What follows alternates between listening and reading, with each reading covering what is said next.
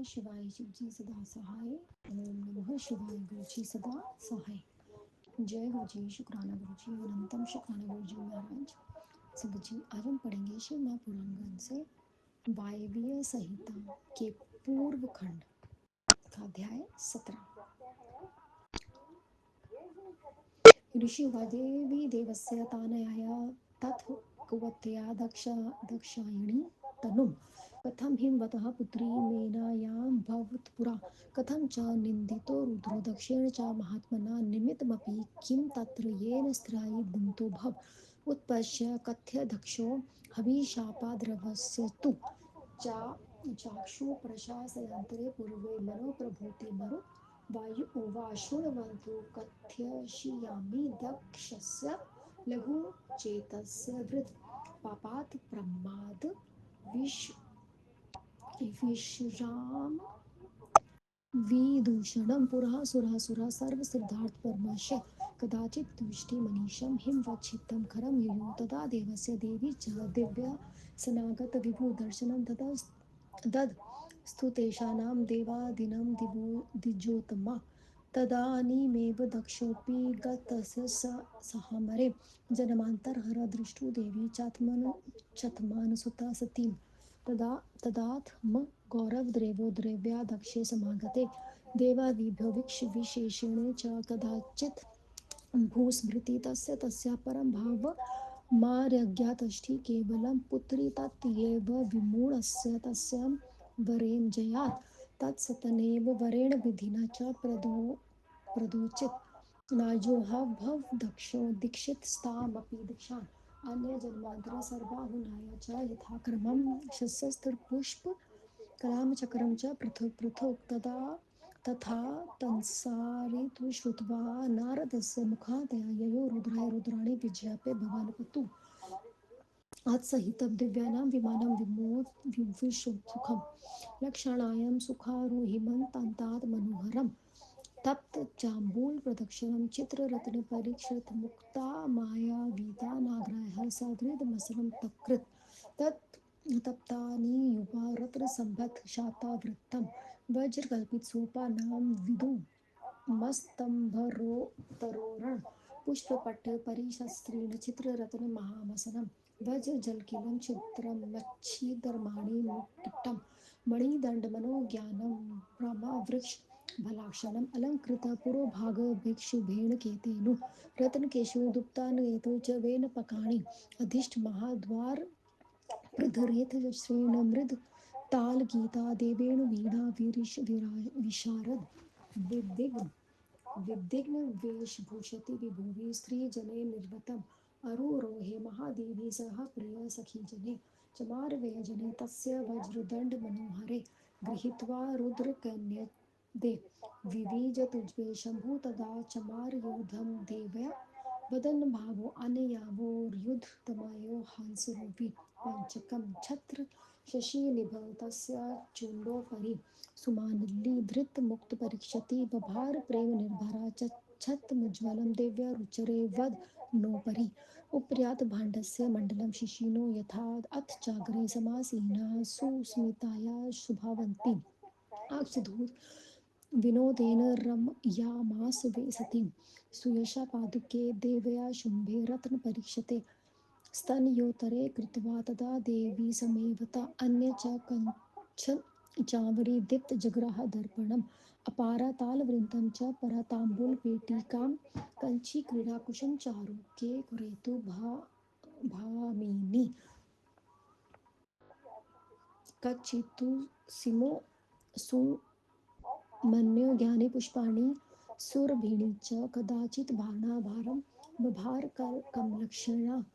कमलेक्षणा कच्चित् पुनराप्लेन प्रसून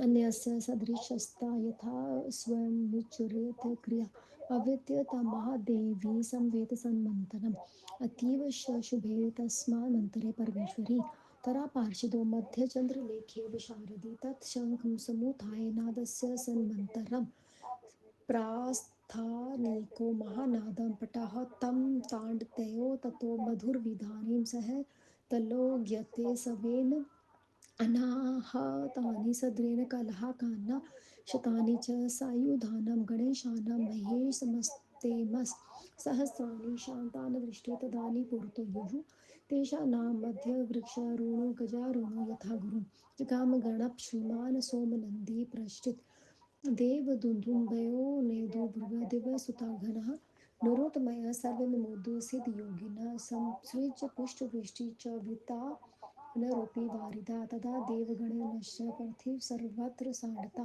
शरणदेवं पुरतगृहः परवेशि महेश्वरी तां दृष्ट्वा कुपितो दक्षात्मनम् शयकारते तस्य यविरो भीष्मसि चक्रे पूजां मत्कृतं तदा शिवमुखी देवी पितरं सदसि स्थितमम्बिका युक्तमव्यगुम्वाच कृपाणवच देव उवाच ब्रह्मदाय पिशाचन्ताय यस्य ज्ञाववर्षं वर्तिनं सह देव सम्प्राततात् विदिदां नर्चित् किल तदास्तामं जयासस्य पुत्राय पूजा कमीदृशम् असत्कृतामव्याज्ञं कृत्वा वानिस् गहृतम् एवमुक्तो ब्रवीदेनां दक्षक्रोधां दर्शिता तत्त्वश्रेष्ठा विशिष्टाय पूजाया बालासुता ममतास्सं तु ये च भारास्ते च बहुमाता मुदा गुणेशयाधिका सर्वे भूतेषु त्रयम्बं कदापि स्तम्भाद्वा साक्षं सर्वस्वामी समुपयति तेन तन्वयो मयो प्रतिकूलो हि वहि तक्त्वा पितरं दक्षा कुद्रो देवी तं ब्रवीत् श्वणामेव सर्वेषां ये दक्षदासी स्थिता अकस्मात् मन्भर्ता जाता शीलदूषणं वाचा दुष्यस्य दस्य साक्षाल्लोकं महेश्वरं विद्याचारो गुरुद्रोही वेदेश्वर विदुषत एव बहुपापनं सर्वे दण्डाय इति श्रुता तस्माद्रीत्या कटस्राय पापस्य सदृशभ्रश सहसा दारुणो दण्डस्तव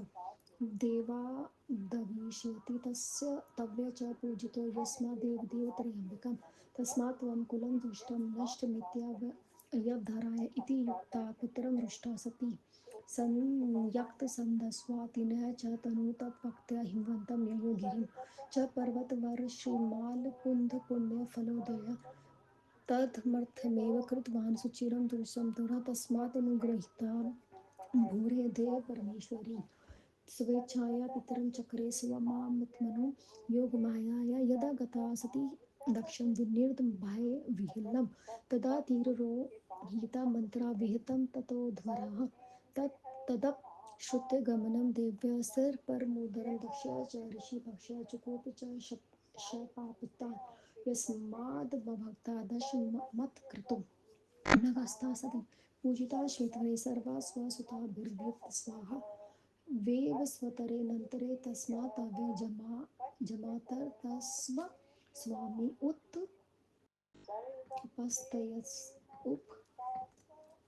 उपपस्तयन्ते सं सर्वे ब्रह्मयज्ञवैश्वानिज भविता मानुषो राजा चक्षुषाय त्वं नव्य प्राचीनब्रह्मस्य पात्रपुत्रपच्छामि प्रश्येत तत् हम तत्रापि ते विघ्न मराचीयस्तु दुर्मते धर्मार्थकामयुक्तेषु कर्म सर्वापि पुनः पुनः तने वहितो दक्षो रुद्रेण मृततजेसो स्वयंभीवो तने युक्ता पपात भवि दुःखिता तत् प्रचेतसो दक्षो यज्ञो वै चक्षुनन्तरे प्राचीन ब्रह्मर्षि पौत्र पौत्रवश्य प्रचेतसा भृगवादयो व्यापी जाता वे मनोवेव तस्य स्वत्तु अनन्तरे ब्रह्मणे यज्ञे वारुणे विभुषतानु तदा दक्षस्य धर्मार्थयज्ञ तस्य दुरात्मना महिषा कृतविघ्नमानो ववस्ते सति ओम नमः शिवाय शिवजी सदा सहाय ओम नमः शिवाय गुरुजी सदा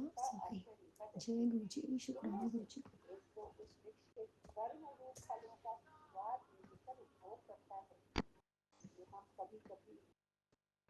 ऋषि ने कहा दक्ष प्रजापति की कन्या सती देवी अपना शरीर छोड़कर हिमालय की श्री मैना से कैसे उत्पन्न हुई कैसे दक्ष प्रजापति ने रुद्र की निंदा कर उनमें से क्या कारण था उसमें शिव जी की निंदा हुई हे वायुदेव शिव जी के श्राप से फिर दक्ष कैसे उत्पन्न हुआ चाक्षु मनवंतर में पहले वाली इस कथा को कहिए वायु देवता ने कहा अब आप सब सुनिए मैं शूद्रोचित दक्ष की कथा सुना कहूँगा। उसने अपने पाप प्रमाद को सभी देवताओं से दूषित किया। पहले देवता असुर सिद्ध महर्षि किसी समय शिव जी को देखने के लिए हिमालय की चोटी पर गए। उसमें शिव पार्वती दिव्य आसन पर विराजमान थे। हे ब्राह्मण, उन्होंने देवता आदि को दर्शन दिए। उस समय देवताओं के साथ वृक्ष प्रजापति भी अपनी कन्या सती और जमाता शिव जी को देखने के लिए वहां गई। तब देवी ने यहाँ दक्ष के आने पर के कारण और शिव जी को अपने गौरव के कारण किसी देवता से बातचीत नहीं की। तब उस दक्ष ने शिव और सती के प्रभाव को न जानकर शिव के कारण सती से जो वैर कर लिया। भाग्य से प्रेरित दक्ष ने उसी वैर के कारण अपने यज्ञ में शिव को नहीं बुलाया। दूसरे समय जमाताओं को बुलाकर अपने पर्याप्त सत्कार अलग अलग से किया। राजा द्वारा अपने आने के समाचार को सुनकर शिव जी की आज्ञा लेकर सती अपने पिता के घर गई।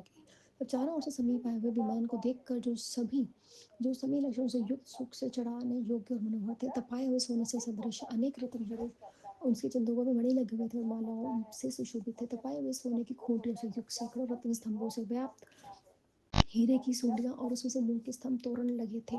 फूल बिछे हुए थे और रत्नों के आसन बिछे हैं। हीरे की जड़ कलियां और मणि भी फर्श के बने हैं। मणिधर से मनोहर नंदी के लक्षण वाला और आगे का भाग मेघ सदृश शुभ ध्वजा से सुशोभित है। रत्न जड़ित कुंचित के आगे रखी है। चित्र विचित्र झाड़ियां हाथ में लगे गणेशों से युक्त मृदंग ताल गति गीत वेणु आदि को बजाने में कुशल अनेक वेश भाषा अनेक स्त्रियों से घिरे हुए उस विमान पर महादेवी अपनी सखियों के साथ चढ़ी। हीरे के डंक से मनोहर उसमें चंवर थे। वो दो रुद्र कन्याएं चंवर डुलाने लगी। जो उस समय चंवरों से बातचीत में देवी को मुख चमकने लगे। देवी जैसे दो हंस लगे थे। उसके बीच में कमल हो सुमात्मनि उनके उनके ऊपर छत्र धारण किया। मोतियों की झाल से युक्त उस छत्र ने उसे प्रेम से धारण किया। वह उज्ज्वल छत्र देवी के ऊपर से शोभित था, जैसे अमृत पात्र के ऊपर चंद्रमा से शोभित होता है। उसके आगे मंद हास्य करती हुई सुषावती खड़ी थी। वहाँ पासा जुआ खिलाकर सती का मनोविलाप कर रही थी। तुयशा देवी के रत्न जड़ित सुंदर पादुक को देखकर अपनी छाती में लगाकर देवी की सेवा करने लगे। सुंदरी दक्षु दूसरी सुंदरी ने सुंदर शीला शीश हाथ में लिया। एक ताड़ के पंखा दूसरे के पान का डिब्बा ले लिया। किसी से कीड़ा शुक खिलौने हाथ में ले लिए। किसी ने मनोहर सुगंधित फूल ले लिए। किसी ने आभूषण का पात्र उठा लिया। किसी ने आलेप टाइल के अंजन दूसरी सखियों से कालोचित कार्य किए। तब वह महादेवी की चारों ओर सेवा करने लगी। तब मैं पेशरी उनके बीच में अत्यंत सुशोभित हुई, जैसे तारों के समय मिश्रित ऋतु की चंद्रलेखा सुशोभित होती है। फिर शंखनाद के बाद प्रस्थान काली नगाड़ा बजाने लगे। फिर मधुर वाद्य बजने लगे। फिर बिना बजाए हुए काहल नामक सैकड़ों वाद्य शिवजी के समान तेजस्वी आयुधारी गणों के बजने लगे। 1800 गण बना को बिठाकर बनाने लगे। उसके बीच में वह उस प्रकार गए जैसे कार्तिकेय हाथी पर बैठे हो। सोम नंदीश्वर से पूरे गणपति चले। तब आकाश में स्वर्ण सुखा देवताओं के नगाड़े बजने लगे और बादल गरजने लगे। मुनिजन नाचने लगे और सद योगी प्रसन्न हुए। बादल वितान के ऊपर फूल बरसाने लगे। तब गेय गणों के साथ क्षण भर में महेश्वरी अपने पिता के घर आ पहुंची। उसे देखते ही अपने विनाश के लिए क्रोध किया। उसने की छोटी बहनों ने भी उसका अपमान किया। तब चंद्रमुखी देवी ने पिता माता की सभा में देखकर उदारता पूर्वक सती देवी ने कहा था, ब्रह्मा से लेकर तब पिशाच पर्यंत सबकी आज्ञा सब जिसकी आज्ञा में वश उन देव की आपने पूजा नहीं की। मुझ बड़ी पुत्री की क्या पूजा होनी चाहिए। सत्कार करने के योग्य अपमान आपने नीच कार्य किया है। कुपित होकर दक्ष से इस प्रकार कहकर उसने पूज्य विशिष्ट मेरी कन्याएं हैं। उनके जो पति है वह सब मेरे आदरणीय है। वह तेरे त्रियंबक के गुणों से भी अधिक है। शिव स्तब्ध आत्मा वाला तामसी है। तू उसकी सेवा करती है। अंतः मैं तेरा अपमान करता हूँ। शिव मेरे प्रतिकूल है। पिता के ऐसे कहने पर यज्ञ में उपस्थित देवता तथा ऋषि को संबोधित हुई। वे कुपित हो देवी ने कहा, तुम साक्षात महेश्वर मेरे पति के अकारण दोष लगा रहे हो। विद्याचोर गुरुद्रोही वेद और ईश्वर का निंदक ये सब पापी होते हैं। इन्हें दंड देना चाहिए, ऐसा वेद कहते हैं। इसीलिए इस महान पाप के अनुरूप एकाएक भयानक दंड भाग्यवश तुमको मिलेगा, क्योंकि तुमने देव त्र्यंबक की पूजा नहीं की। इसे द्वारा दुष्ट कुल नष्ट हो जाएगा, ऐसा समझो। कुपित सती पिता से निर्भय होकर यह कहने लगे। उससे संबंधित अपने शील को छोड़कर हिमालय के पास चली गई। तो उस पर्वत श्रेष्ठ ने उस अपने पुण्य का फल पा लिया। इसी के लिए उसने कठोर तप किया। इसीलिए ईश्वरों की उस पर्वतराज पर कृपा की और अपनी योग माया से हिमालय को अपना पिता बना लिया। तब सती भयभीत दक्ष की निंदा करने लगी। उस समय मंत्रों से साक्षी से क्षीण होने से वह यज्ञ भंग हो गया। शिव जी ने जब ये सुना कि सती शरीर त्याग कर चली गई, तब त्रिपुरी दक्ष और शिष्यों को कुपित हुए और उन्हें श्राप दिया। हे दक्ष, निरपराध सती का जिस कारण तूने अपमान किया और दूसरी सभी कन्याओं का उनके पतियों के साथ सम्मान किया, अब अंतः व्यवस्थर मनवंतर में तेरे अयोनिज जमाता भी जन्म धारण करेंगे। चाक्षुर मनवंतर में हे दक्ष तू मनुष्य का राजा होगा। तब तू प्रचेता का पुत्र और प्राचीन हविष्य का पुत्र होगा। हे दुर्बुद्धि, मैं भी तुम्हारे धर्म अर्थ का भिकार में बारंबार विघ्न डालूंगा। अत्यंत तेजस्वी रुद्र ऐसा कहने पर दक्ष स्वयंभू शरीर को छोड़कर दुखी होकर भूमि पर गिर गया। फिर चाक्षुष मनवंतर में दक्ष परिचिता के पुरुष के पुत्र और प्राचीन वंशी के पुत्र रुद्र रूप पौष रूप में पैदा हुए। वे भृगु आदि ऋषि भी व्यवस्थ मंत्र में ब्रह्मयुग में वारुण होकर पैदा हुए। दुरात्मा तब दक्ष के धर्मार्थ यज्ञ में व्यवस्थ मंत्र में शिव जी ने विघ्न किया। ओम नमः शिवाय। शिवजी सदा सहाय। ओम नमः शिवाय। गुरुजी सदा सहाय। जय गुरुजी। शुक्राना गुरुजी। अनंतम अनंतम शुक्राना गुरुजी महाराज। त्रुटियों के लिए क्षमा संगीत। जय गुरुजी। जय जय गुरुजी।